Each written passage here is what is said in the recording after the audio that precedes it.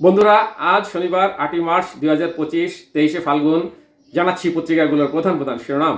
সর্বপ্রথম Ittefaq main heading করছে Narail BNP অফিসে বোমা হামলা, আহত ৩। নেক্সট প্রথম আলোর মেইন হেডিং কড়াকড়ির মধ্যেও বাংলাদেশ ভারত সীমান্ত থেমে নেই নারী পাচার। এরপর যুগান্তরের মেইন হেডিং গার্মেন্টস সেক্টরে ফের বড় ধরনের অস্থিরতার পায়তারা। নেক্সট জনকণ্ঠের মেইন হেডিং অন্যায়ের বিরুদ্ধে শিকল ভাঙার লড়াইয়ে অবদান ছিল নারীদের। এরপর ইনকলাবের মেইন হেডিং নিজেকে প্রকাশ্যে ইহুদিবাদী ঘোষণা করল ট্রুডো। নেক্সট আমাদের সময় মেইন হেডিং জীবনে সবচেয়ে গুরুত্বপূর্ণ ৩ নারীর কথা জানালেন তারেক রহমান।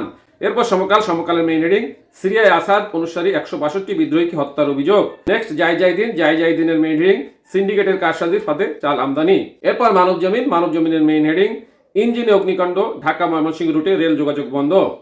নেক্সট বিবিসি নিউজের মেইন হেডিং অপারেশন ডেভিল হান্টের ১ মাসেও স্বস্তি ফেরেনি, ক্ষমতাচ্যুতরাই কি টার্গেট। এরপর কালের মেইন হেডিং আন্তর্জাতিক নারী দিবস আজ, বাড়ছে নারী নিরাপত্তাহীনতা। নেক্সট আরটিভি নিউজের মেইন হেডিং নড়াইলে বিএনপি অফিসে বোমা হামলা, আহত ৩। এই ছিল পত্রিকাগুলোর প্রধান শিরোনাম। চলে যাচ্ছি যে কোনো একটি সংবাদের বিশ্লেষণে। দর্শক মণ্ডলী, আমাদের মৌলিক মানবিক চাহিদাগুলো হলো অন্ন, বস্ত্র, বাসস্থান, শিক্ষা এবং চিকিৎসা। সেই মৌলিক মানবিক চাহিদার প্রথম যেটা অন্ন, সেই অন্ন অর্থাৎ চাল, সেই চাল আমদানি নিয়ে সিন্ডিকেটরা আবার কঠিন থেকে কঠিনতা সক্রিয় হচ্ছে। এটা নিয়ে জায়দাদিন পত্রিকাও একটা প্রতিবেদন করেছে। চলুন, সিন্ডিকেটের কারসাজির ফাঁদে চাল আমদানি, শুল্ক প্রত্যাহার ও ব্যাংক মার্জিন কমানো সহ নানা পদক্ষেপ নেওয়ার পরও বেসরকারি পর্যায়ে চাল আমদানি বাড়েনি। ফলে আমদানির লক্ষ্যমাত্রা পূরণ করা বড় চ্যালেঞ্জ হয়ে দাঁড়িয়েছে। এই পরিস্থিতিতে আমদানির জন্য বরাদ্দকৃত বেসরকারি প্রতিষ্ঠানগুলোর চাল আমদানি ও বাজারজাতকরণের সময়সীমা আগামী ১৫ই মার্চ পর্যন্ত বাড়িয়েছে সরকার। গত ৫ই ফেব্রুয়ারি খাদ্য মন্ত্রণালয় এ সংক্রান্ত প্রজ্ঞাপন জারি করে।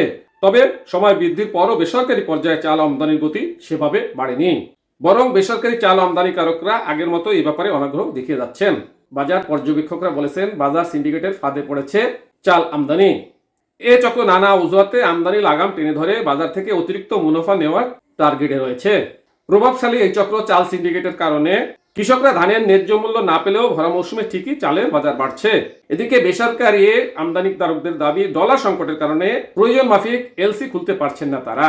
এছাড়া আন্তর্জাতিক বাজারের চেয়ে দেশের চালের দাম কম থাকায় অনুমোদন নিয়েও অনেকে আমদানি করে।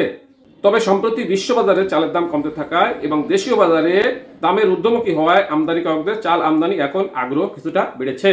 তাই আমদানির জন্য বরাদ্দপ্রাপ্ত বেসরকারি প্রতিষ্ঠানগুলো নতুন করে এলসি খুলছে। এই ছিল আজকের পত্রিকাগুলোর প্রধান শিরোনাম এবং যে কোনো একটি সংবাদের বিশ্লেষণ। সাথে থাকার জন্য ধন্যবাদ। আসসালামু আলাইকুম।